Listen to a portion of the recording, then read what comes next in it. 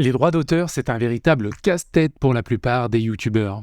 C'est complexe et tu dois faire gaffe car YouTube peut supprimer ta chaîne si tu ne respectes pas certaines règles. C'est pourquoi aujourd'hui, je vais te décrypter ce sujet. Et surtout t'apporter des solutions concrètes pour ne pas risquer une réclamation YouTube pour atteinte aux droits d'auteur.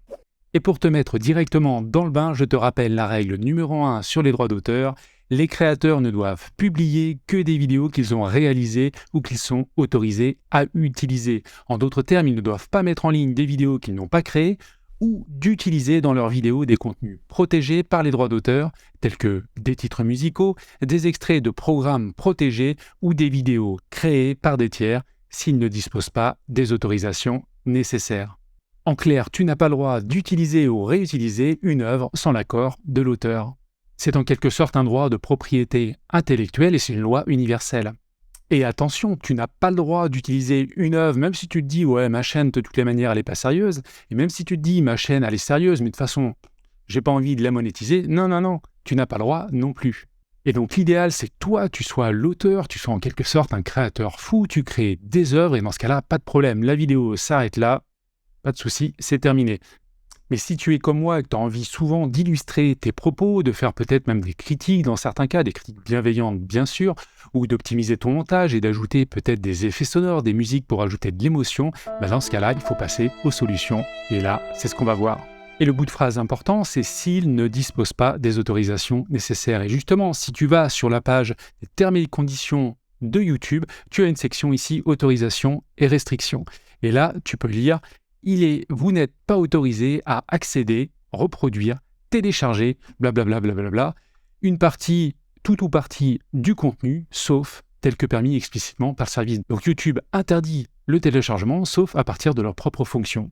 Et elles sont au nombre de deux. La première, c'est YouTube Premium. Bon, ça tu le sais, c'est payant, donc on va l'écarter rapidement, sauf bien sûr si tu as l'abonnement. Et la deuxième, elle est présente sur la page qu'on a évoquée tout à l'heure, dans la section Exception à la protection des droits d'auteur. Et là, il est noté « Par ailleurs, avec YouTube Short, vous pouvez désormais créer de courtes vidéos en utilisant des extraits du contenu d'un tiers si celui-ci vous y a autorisé. » Donc ça s'appelle la fonction Remix. Tu l'as sous tes vidéos et tu peux l'utiliser pour réutiliser une partie de vidéo. Bon, ok, c'est bien beau les fonctions YouTube, mais il y a quand même d'autres options. Et oui, il y en a d'autres. Et la première, c'est que tu peux acheter tout simplement la licence. Par exemple, si tu es un réalisateur et que tu as envie de rajouter une bande sonore, tu achètes la licence, pas de souci, tu peux le faire. Par contre, c'est payant. Donc ça, c'est une solution. Et il y en a une autre qui est encore plus intéressante, c'est tout simplement d'utiliser des œuvres libres de droit et gratuites. Et là, tu vas avoir deux possibilités. Déjà sur YouTube, encore une fois, et en dehors de YouTube. Alors YouTube te permet déjà d'accéder à la bibliothèque audio YouTube. C'est une énorme bibliothèque qui dispose de musique, effets sonores, bruitage, libre de droit et gratuit. Donc ça, tu peux l'utiliser. Moi, je l'ai fait un certain temps au début de ma chaîne. C'est parfait pour commencer. La deuxième possibilité offerte par YouTube, c'est d'utiliser la licence Creative Commons. Alors, quand tu importes en fait une vidéo, YouTube te demande le type de licence que tu veux utiliser. Donc, soit tu as la licence YouTube standard, soit tu as la licence Creative Commons. Et ça te permet en fait de réutiliser un contenu et c'est noté notamment sur la page d'aide. La licence Creative Commons fournit aux créateurs de contenu une méthode standard permettant d'autoriser un tiers à utiliser leur contenu. Donc c'est clair. Et comment ça se passe pour retrouver ce type de vidéo éligible à une réutilisation? Tu vas tout simplement sur la page d'accueil de YouTube. Donc tu vas saisir tes mots-clés, aller dans Filtre, sélectionner Creative Commons et là tu vas pouvoir réutiliser toutes les vidéos affichées. Et si tu sélectionnes une vidéo, tu vas dans la description et là tu vas pouvoir retrouver cette licence de paternité Creative Commons, comme quoi tu peux l'utiliser sans problème. Si tu n'as pas YouTube Premium pour télécharger les vidéos, je t'invite à cliquer. Ici, j'ai fait un tutoriel complet pour télécharger une vidéo sur YouTube. Et la troisième option sur YouTube, c'est d'utiliser des chaînes qui proposent des contenus libres de droit. Alors là, je vais te montrer l'exemple de La Musique Libre. C'est une super chaîne pour trouver des musiques gratuites. Et si tu vas dans l'onglet à propos, il précise bien « La Musique Libre est une chaîne YouTube regroupant pour vous les meilleures musiques libres de droit. La monétisation de vos vidéos n'aura jamais été aussi simple. Lire la description des vidéos. » Et quand tu vas sur une vidéo, tu descends un petit peu dans la description. Il te suffit tout simplement en fait pour utiliser la musique, rien de plus simple, tu copies-colles cette partie-là dans la description de ta vidéo et tu n'auras jamais de problème, tu peux utiliser la musique sur toutes tes vidéos YouTube sans problème.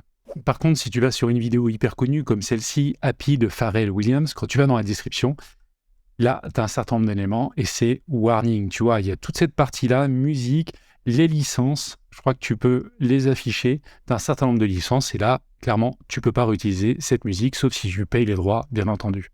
Et en dehors de YouTube, tu as des sites qui te permettent d'avoir accès à des œuvres libres de droit. C'est l'exemple, par exemple, de Pexel pour les vidéos. Moi, j'utilise quasiment tout le temps ou principalement que ce site. Tu as plein de vidéos à télécharger gratuitement, libres de droit. C'est vraiment top et tu trouveras ton bonheur. Et concernant les images, je te recommande Pixabay. Pixabay, c'est vraiment super aussi. Je l'utilise régulièrement pour mes montages vidéo. Et quand tu cliques sur une photo, fais attention par contre à ce point-là, pas d'attribution requise. S'il n'y a pas d'attribution, tu peux prendre la photo, tu l'intègres dans ton montage, tu n'as rien à faire de plus, tu mets rien dans la description. Par contre, s'il y a une attribution requise, il faut que tu mettes une mention, ce qui est précisé sur le site dans ta description, et comme ça, pas de problème. Et enfin, si tu veux aller plus vite et ne pas perdre de temps, je t'invite à cliquer ici. J'ai fait une vidéo complète pour télécharger 182 effets sonores et bruitages. C'est gratuit et libre de droit, donc n'hésite pas. Et maintenant, je voulais te parler d'exception aux droits d'auteur. Donc, c'est clairement noté sur le site de YouTube et notamment aux États-Unis. Voilà, c'est ce qui s'appelle l'usage loyal, le fair use, et en France, c'est ce qui s'appelle le droit de citation. Donc, pour les États-Unis, c'est clairement noté et c'est un principe en fait légal qui vise à promouvoir tout simplement la liberté d'expression. Tu as bien le droit de parler d'autre chose. Et concernant l'Union européenne, donc là c'est un peu plus restrictif et c'est noté ici, des utilisations aux fins spécifiques de la citation, de la critique, de la revue, de la caricature, de la parodie ou de la pastiche sont possibles. Donc bien sûr, tu ne peux pas le faire reprendre toute une œuvre, mais si tu l'utilises avec parcimonie, voilà, et en utilisant quelques extraits, tout simplement, ça peut le faire. Et il faut bien comprendre que juridiquement, ce droit de citation s'apprécie au cas par cas et en fait, c'est un juge derrière qui peut trancher et YouTube, lui, ne peut pas le faire. Je voulais te partager une astuce que font de nombreux youtubeurs, ceux qui rebondissent en quelque sorte sur l'actualité, mais pas seulement. Et je pense notamment à Victor Ferry, qui reprend des extraits de vidéos dans ses propres vidéos pour commenter l'actualité, rebondir, critiquer, voilà, faire des vidéos hyper intéressantes. Et ce qu'il fait en fait, c'est qu'il récupère des extraits de vidéos de moins de 10 secondes, voilà, pour limiter le risque vis-à-vis du droit de citation. Et en plus de cela, il va importer en fait sa vidéo dans YouTube en mode privé pour vérifier que YouTube, voilà l'algorithme derrière qui passe, ne cible pas des extraits qui posent problème et donc ça pourrait amener des problèmes de droit d'auteur. Donc il fait ça en amont, en mode privé, avant la publication, comme ça, il est tranquille. Et justement, il faut que tu comprennes que YouTube a mis en place deux mécaniques différentes pour relever de potentielles anomalies sur les vidéos. La première, c'est tout simplement un formulaire que n'importe qui peut saisir, c'est de l'humain. En fait, tout simplement, une personne se rend compte que son contenu a été réutilisé, il ne le veut pas, il remplit ce formulaire et il le valide.